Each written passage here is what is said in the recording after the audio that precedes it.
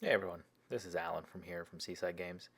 Today I'm diving into something that I think a lot of game developers will be curious about. It's the MacBook Neo, and honestly whether it's a good machine for, at this point, Unity game development. So you can see that it comes packaged super clean, like how Apple typically does things. But this isn't just going to be, a cosmetic unboxing or just a spec rundown. But I'm actually going to dive into to see if can the Neo build an actual game. So the MacBook Neo itself, though, does sit in an interesting place in Apple's lineup. It is an entry-level, budget-friendly laptop that sits at $599 if you have the regular pricing, or $499 if you get the educational savings. But it's powered by the A18 Pro chip, which is, as most people will know, is actually one of the iPhone, I think it's the iPhone 16 Pro chips. But you can see that this is unlike most Apple products that in my opinion, I've seen before. The screen is super crisp, and it's a full recycled aluminum chassis, and it is, in all honesty, it feels like a high-end MacBook, except it comes in at a budget price, which in my opinion, where this lines it up is that it's going to be primarily aimed for students and casual users. And with that being said, though, let's jump into Unity and see how this will actually work. The first thing that I notice when starting a new project is just how responsive the actual interface seems to be, and how responsive the MacBook Neo is. And that really caught me off guard at first because I expected it to be a little sluggish going through, the generic menus of the Unity Hub. But also, when we begin to build a new project, I expected things to kind of beach ball for a while. But you can see here that I'm just downloading the template, and it actually is quite responsive. Like the project, the actual micro game for FPS in Unity is already done. So here I'm just going to create a new project and hit create project. And at this point, you can see it fired up Unity. Now, in real time, this is the project opening up via the Unity editor. And most of us know who are in the game development world that Unity does take some time to open up a project. But for all things considered, with the speed of the Neo, this is on par with most entry level slash low to mid range game development laptops. Mind you, I have nothing else running on here except for OBS, which is recording the screen right now. But you can see that Unity is at no point really struggling to open up the FPS micro game from the actual Unity asset store itself. So while Unity continues just to load the project, some of the things I just wanted to cover is that this is the 256 gig base model, so no Touch ID. And, as I mentioned before, this is running the Apple Silicon chip, so this is the A18 Pro. And so far, the temperature on the keyboard area, nice and cool. Nothing's kicking on, like no heat. There are no fans to kick on, actually, so this is a silent laptop. Up here, the project is opening now, and we see Unity. So Unity is open. And as you can see, we now have Unity open.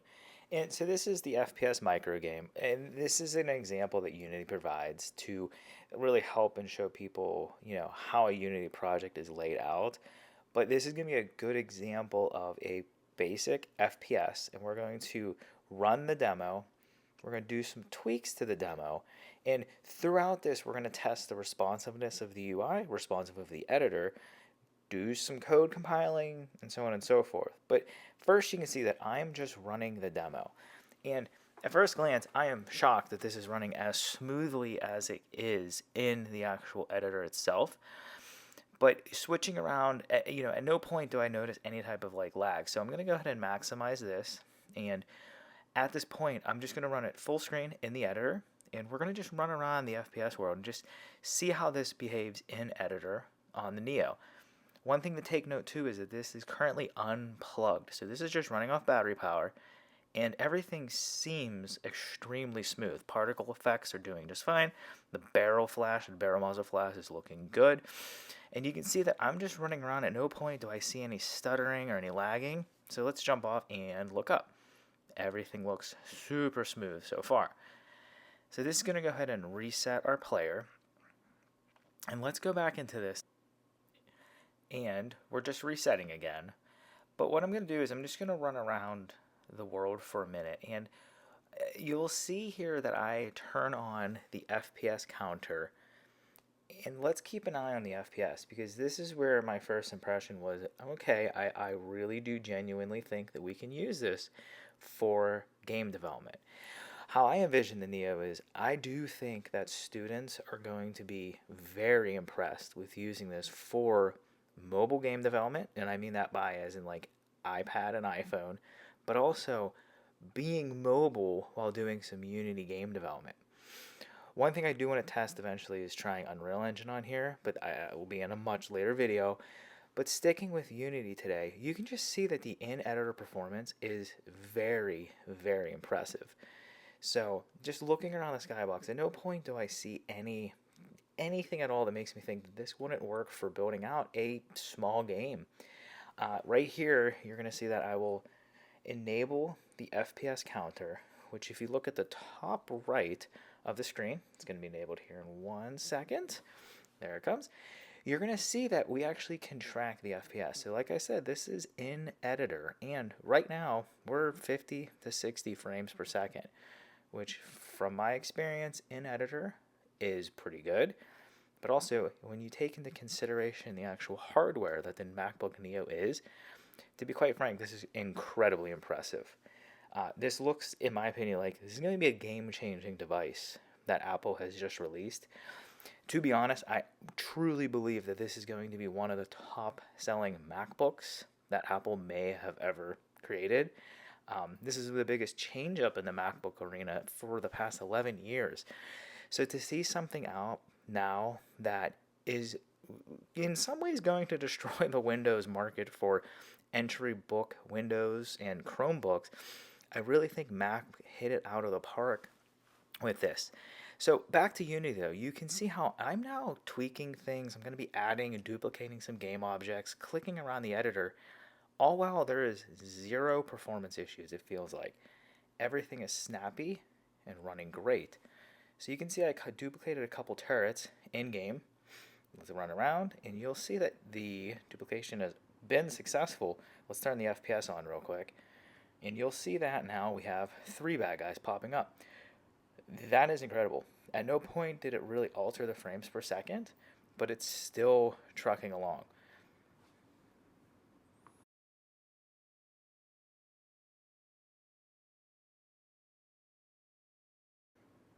So this next one, I jumped back into the editor, and I am going to duplicate some of the other bad guys that are on the top floor. So let's grab some of those right there, and we're going to go ahead and duplicate their game object. And still panning around, zooming in the editor, there is no lag, no latency. And for this to be running on what is equivalent to an iPhone processor is crazy impressive. So let's go ahead and press play and see what happens now with the extra enemies. And we're going to watch our FPS as well. So let's turn that back on here in a second. Let's kill that guy first. So let's get that FPS on, and now let's watch to see how it behaves, frames per second wise, and it looks great. So let's jump back and we'll run around again for a second.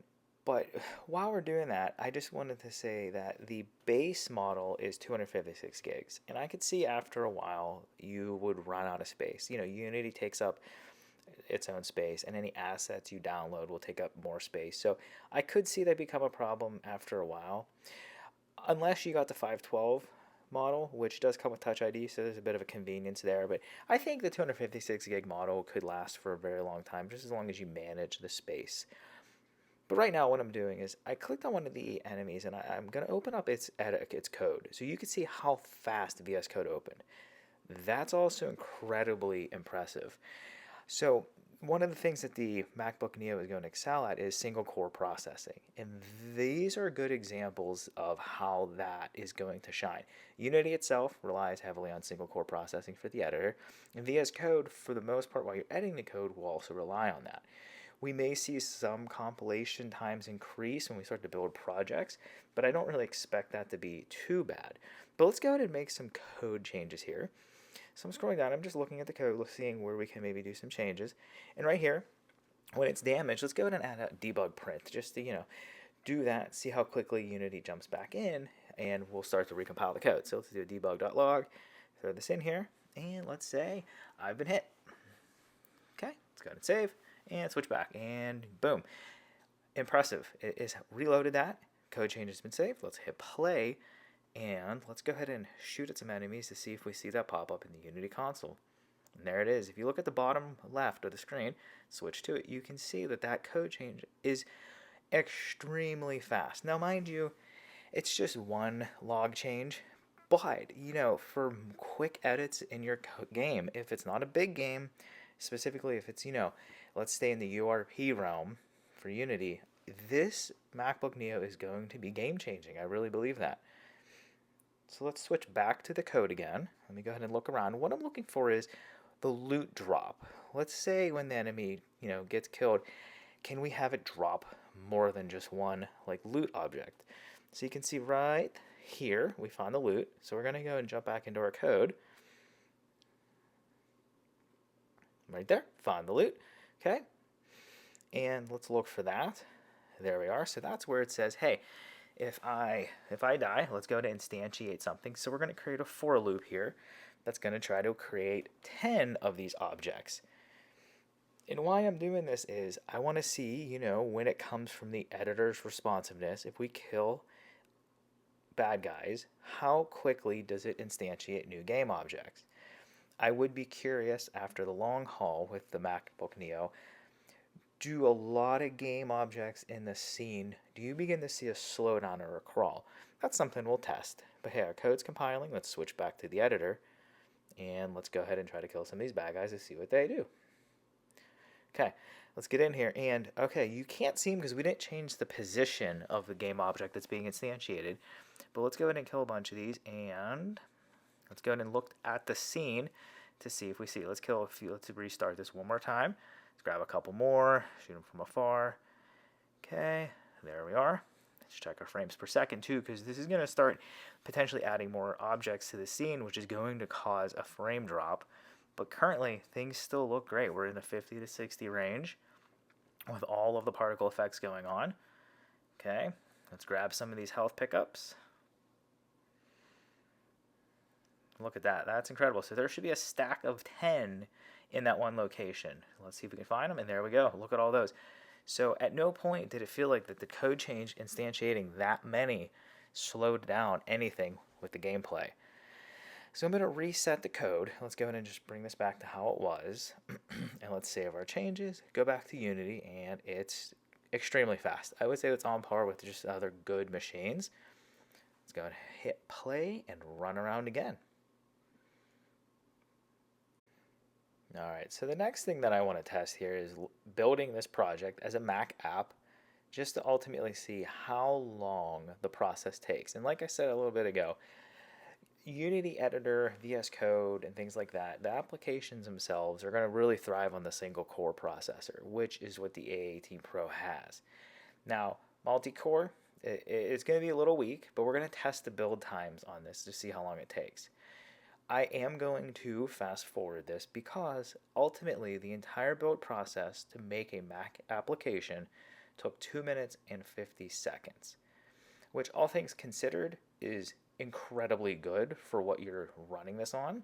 But let's go ahead and run this in full screen, and add macOS is going to enable game mode, so we're going to make this full screen right here. Let's go ahead and adjust that. And let's go ahead and play it full screen now just to see how this looks. The one thing to keep in mind though is while this is running, I also have OBS screen recording. Let's go ahead and turn on the FPS and move that little window out of the way.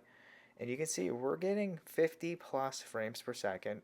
We did drop to 40, but for all things considered, this is, in my opinion, an excellent game development laptop for Unity projects. I also see app development being on this extremely great. So who is this for? I would say number one are students learning Unity. Number two would be indie game developers.